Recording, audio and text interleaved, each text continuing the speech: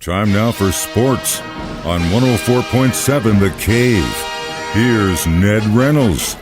Mike, the intern, Ned Reynolds, on a Monday morning. A little bit of a light show to wake us up, but we're here, and it was definitely a show in Georgia over the weekend.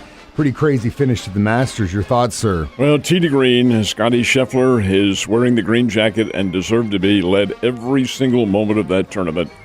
He's a guy, Mike, he's in the zone. That's what they call it in sports. He can't do anything wrong. He has played in 6 golf tournaments this year and won 4 of them. He's the number 1 golfer in the world, and he did not lose his focus in this. And this is a demanding event. It's probably the paragon of all the major tournaments, and he never lost it. He was very interesting in his strategy. Went out and played the first 2 rounds very strong. Took an 8-stroke lead at one time, or it was 8 under par, I should say. Was raised that to 11 under par at one time, and then, now whether or not he did this on purpose or not, only he knows, but he kind of scaled back a little bit and played safe and said, hey, if the others are going to catch me, I've got a big lead here, let them give it a try. And there were some who did. Cameron Smith and Rory McIlroy gave it a shot, but they never really threatened the guy. He played very careful. It's called laying up in golf, and that's what he did, and wins it with a 10 under par score, and that is pretty doggone good. 3-stroke victory over McIlroy. Played very, very well. Scheffler he's an All-America Texas. He's not a fluke on the tour. He has played well, but again, he is in the zone right now. And yeah, doing man. Everything right, and hey, more power to him. Smart, very smart player. He is, but again, this only lasts for a while, and he's going to make the most of it. I remember very well when Johnny Miller was in the groove. It lasted about a year, won everything in sight, and then kind of faltered a little bit. Probably what's going to happen, and that's part of athletics. It's part of human nature, for one thing. But, hey, you can't deny it. The guy played great a round of golf. He did look gorgeous in Georgia. Now, who cares about who actually won the Masters? How'd Tiger do? The media continues to fawn all over Tiger Woods. He finishes 13 strokes over par, 23 shots back of the winner. Did he deserve to be there? Yeah, because he's a 5-time Masters champion. Had he gotten himself completely ready? I got a kick out of a pre-tournament interview that Woods said, and one of the reporters asked him a perfectly good question that anybody would ask, do you think you can win? And yes, I can. He knew fully well that he wasn't ready for this. He had to.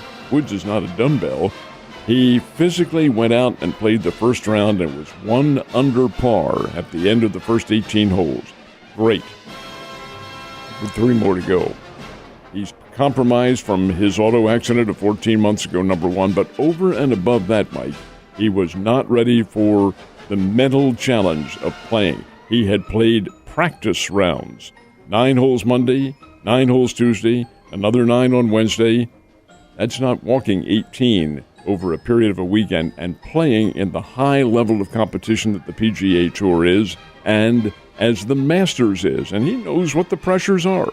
Wasn't ready for it, had not had a tune-up tournament, really needed to have them, wasn't able to. You don't walk into a major challenge like the Masters and expect to compete, and really he did not. The final, actually 2.5 rounds. He started off okay on Friday's round, but then began to falter. He was 1 over then, 6 over on Saturday, and another 6 over on Sunday. He just really was not ready. Now, he's talking about playing in another major this year. Didn't say which one. There are 3 more to go. I doubt very much it's the PGA, which is next month in Tulsa. I doubt very much he plays in that one.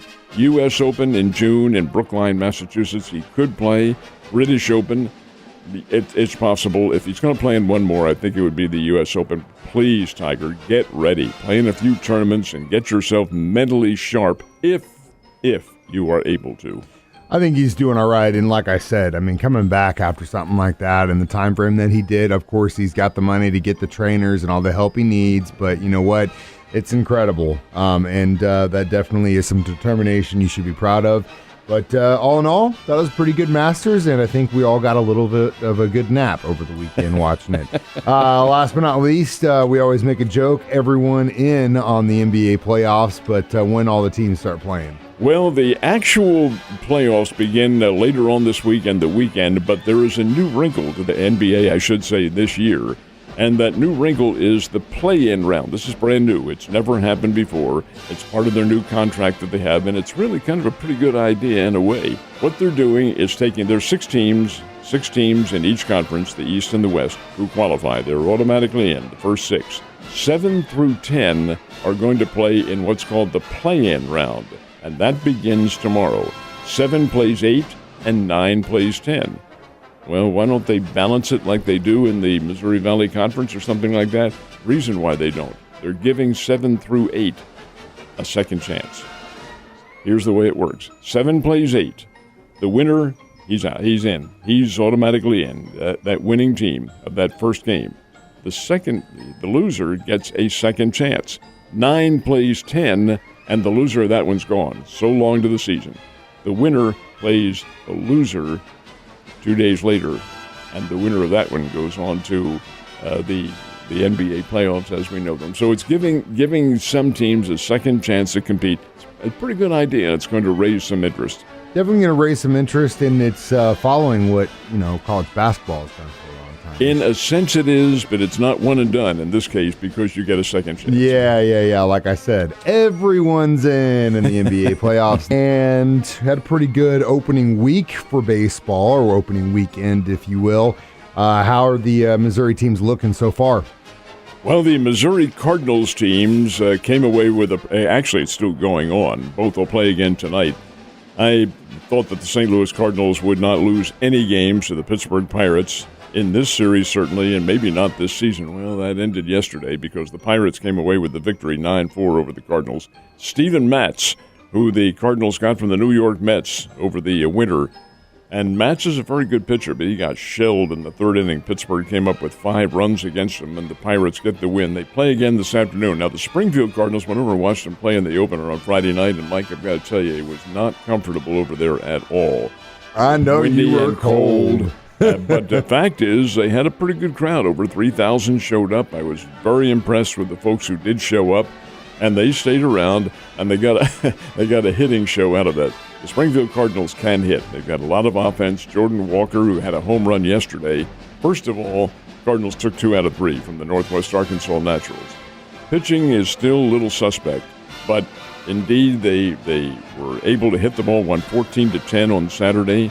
They win yesterday by a score of 10-5, and Jordan Walker, who is the 19-year-old 6'5" kid from Georgia, and a outstanding player. He's going to be a St. Louis Cardinal probably in the rather near future. Now I'm talking about a year from now or maybe even 2 years from now. He got Nolan Arenado out there at third base, so you're not going to replace him right away. But this kid Walker can play. Hit a home run yesterday. That's his first. He's a big-time hitter, big-time player. And the team is pretty good. They've got some good component parts to them. But they do need to get their pitching and their defense a little bit more solid. But having said all that, Walker came up with a great play at third base in this game. So, indeed, they can play. 2 out of 3 play tonight in Little Rock. That's weather permitting. The Cardinals play the Pirates this afternoon up at Busch Stadium. Again, weather permitting. Been great to hear baseball back. How the Royals doing? Well, the Royals had won the first 2 games from the Cleveland Guardians. Yesterday, kind of a different story. They put Chris Bubich on the mound, and he got lit up in the first inning. 6 runs by Cleveland in the first. They had 4 more in the second inning, and to go on to a 17-3 smashing of the Royals. But it was the first loss. Kansas City's 2-1. They also play this afternoon up at Kauffman Stadium against the Cleveland Guardians.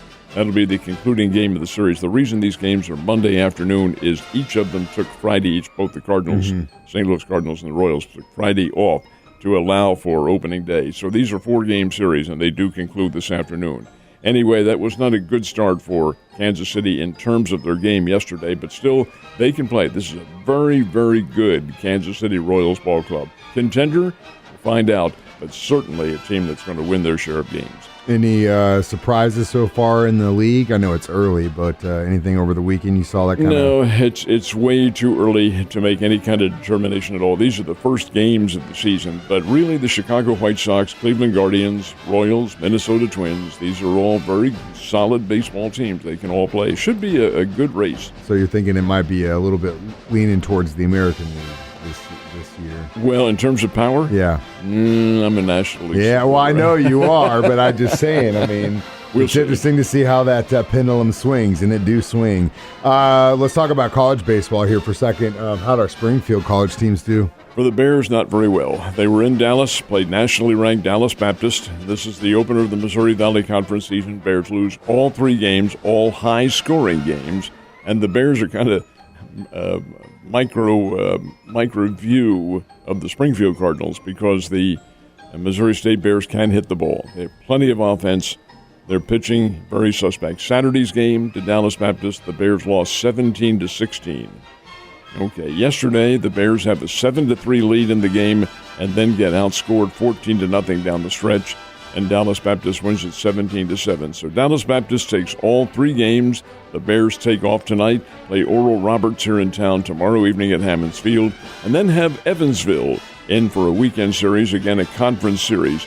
So indeed, maybe the Bears get a chance to get well against the Aces. We'll find out. Drury took 3 out of 4 from Rockhurst, and the Drury Panthers are now 24-9 on the year. Good team. They can do a lot of things. Very good college baseball program that Chris Nasby has put together over at Drury. Well, hey, baseball's back, and that's a great thing because that means it's getting warmer, and you know what? That puffy jacket, I think, is finally, after Friday night, back in the closet. Hopefully, fingers crossed, it stays there. Ned, you have a good day and stay dry.